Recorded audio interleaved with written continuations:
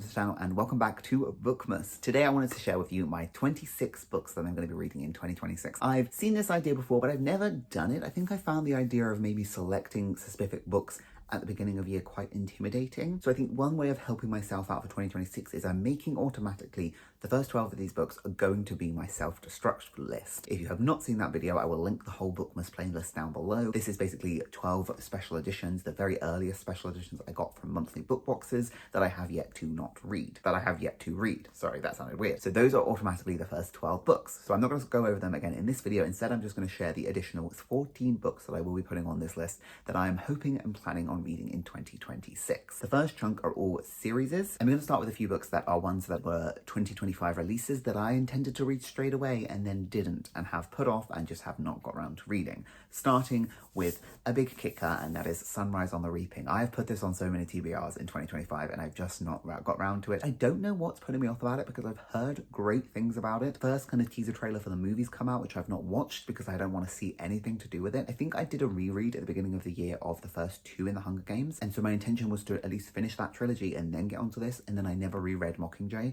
so I might also try and reread Mockingjay before this, but I do absolutely intend to get to Sunrise on the Reaping in 2026. I have to. I'm not going to watch this movie without having read the book first, and I love the Hunger Games. I actually also really enjoyed the Ballad of Songbirds and Snakes, so I do not see why I would not like this book. So yeah, just really need to get to it. In a very similar vein, I have two books in a series, and that is Skanda and the Skeleton Curse and Skanda and the Spirit Wall. Books 4 and 5 in the Skanda series, respectively. A.F. Stedman has had an amazing year because my next book that I'm going to put on also came out this year, which is The Last Unicorn Rider. The first Unicorn Rider. This is a prequel to this series, so you could read it before. I am going to read it after I've read these two, just to go in like publishing order. So I have 3 A.F. Stedman books on this list. These are middle grade fantasy series. I really like the first three books in this series.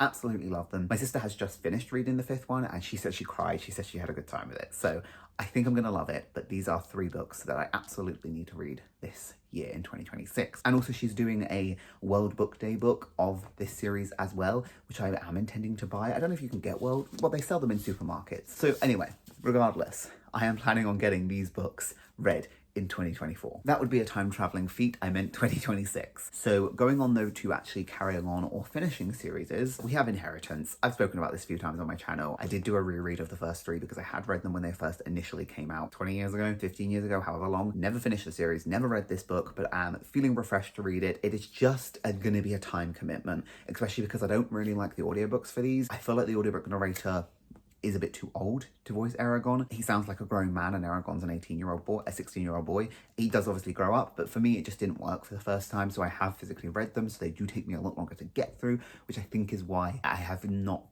rushed into it, because I know how much a time commitment it's going to be, but I really need to read it. I really want to finish the series and actually find out how it finally finishes. Then for the 7th book on the list is a continuation, but it's the 2nd book in a series, and that is The Well of Ascension. I read the first book, The Final Empire, a couple of years ago, but I really enjoyed it. And then last year I started a reread. I never finished my reread, which I do need to do, because how have I not carried on with it? I think because The Final Empire, it feels a bit like a complete story. I feel like you could leave it there, and although it leaves some ends open up of what's going to happen next for characters, I think it does a good job of kind of wrapping up the first book in a way that feels like it could have been a standalone. It doesn't get kind of the aftermath, which I feel like is going to obviously be explored a lot in these next 2 books, and something else is obviously going to happen in the next 2 books to make them as big as they are, but it felt very complete for me. I think that's why I didn't have then the desperate rush to jump into the 2nd book straight away, but I've been enjoying my reread actually quite a lot more than I did my initial read. I liked the initial read, but I've really been enjoying the reread, so do want to finish the reread and then jump in and carry on the series. I have also, since reading that book, have read Elantris by Brandon Sanderson, which I also really enjoyed, so I'm just feeling like I really need to get into more of his works. I feel like I'm really appreciating a more slow fantasy world, a lot of world building, and so I know Brandon Sanderson, I think, does that quite well. And yeah, do really want to carry on with this series. And then I do have books 2 and 3 in a trilogy, and that is The Two Towers and the Return of the King by J.R.R. Tolkien. I recently, I think it was in October maybe, read The Fellowship of the Ring for the first time ever and ended up really enjoying it more than I thought I was, because I think I tried to read it when I was 12 or 11 and I'm dyslexic and was not more dyslexic then, but I guess with age I have gotten better at reading, and I just wasn't enjoying my time at 12, 13 or however old I was. Now as an adult I am much more enjoying these and had such a good time with the first book, so I'm actually now really looking forward to getting into these, whereas I think I had built up a bit of a wall in my head that I wasn't going to like them. So I was like not anticipating going into them because I didn't want to dislike them, because I am a huge fan of the movies and the world and everything. So like I really wanted to love them. So there was that weird fear that I wouldn't, but I did.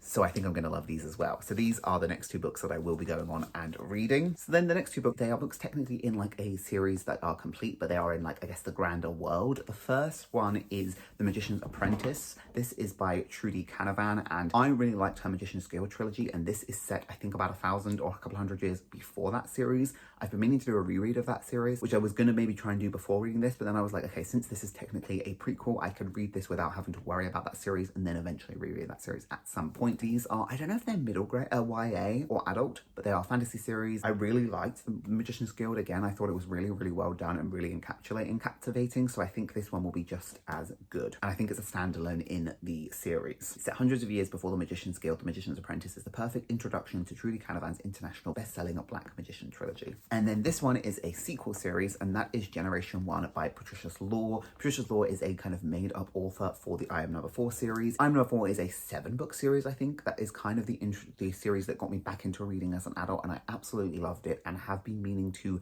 carry on in the world. There is a bunch of short stories I need to read, and this spin-off series, which I'm not even sure what it's about. I'm not even sure how it ends up happening, like how, because that series was very complete, and I don't want to read anything about it, but I do really want to get into the world. So then for the final 4 books for this 14, they're all kind of not really related to series. They're not really related to anything else. They're just kind of standalones. The first one is one that I just need to get to. It's been on my TBR for well over 5 years. It's been on multiple actual monthly TBRs, and I still haven't got to it, and that is Gone Girl by Gillian Flynn. I've never seen the movie, but I know the twist, I know the ending, I know how it plays out. Has potentially kind of taken away that kind of mystery for me for this book, but I am still really interested in actually getting to it at some point. I maybe need to get an audiobook, because I think once I start, I'll be like very invested.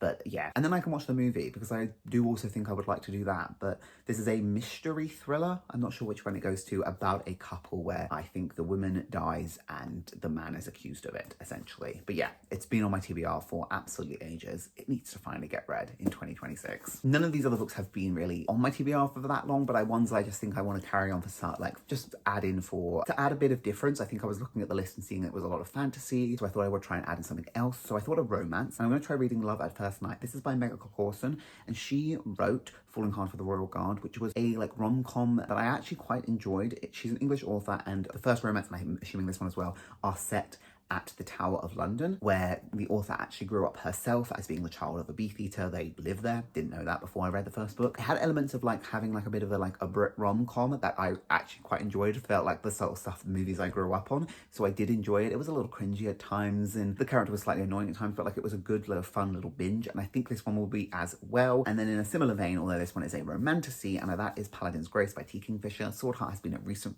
read of mine that I really enjoyed, and this is the first book in a 4-book series. I don't know if it's related to Sword Heart, but I have read that, so I don't know if it's going to be related. I think they are just kind of like cozy romantasies about paladins falling in love. I don't know, but I had such a good time with Sword Heart that I just was like itching to buy it. I also think these covers and editions are gorgeous, so I'm really happy to have them in my collection, and hope I love this as much as I did Sword Heart. And then the final book on for these 14 is a big undertaking, but it's one that I basically looked up, and on Spotify that it has 365 chapters, and so it then thought it would become the best kind of reading challenge for the year was to try and read a chapter a day of this book, and that is War and Peace by Leo Tolstoy. This is a classic. It's a big classic, and it's one I think me, my mum, and my sister are going to try and do together. Again, some of the chapters are as small as like 2 pages. Chapter 6 chapter 6 is quite long, but it's one that I'm probably end up going to listening to as well as reading, but it's something that I thought would be quite a fun challenge to maybe every night before I go to bed read a chapter of War and Peace, and then in the year I would be done with it. It is a huge book. It's like 1,300 pages, so it's going to be a big undertaking, but I think next year something I really want to challenge myself is to read 1 classic a year, and then read this, no, not 1 classic a year, 1 classic a month, and then have this be like a running classic throughout the year is my plan. I have really enjoyed some classics I've read, not enjoyed others, but I have a little collection, little TBR, but then I can expand out of that, especially because I do tend to listen to a lot of classics, as I find that helps me get through them. I'm probably going to use that for this, but we'll see, because I only need to read like 2 or 3 pages a night. Some nights that might be very doable, but I thought that would be a fun little challenge to add for the year, and then also something easy to catch up on if I miss a day or two, but not like overwhelming to think I have to read that 1,300 page book in a month.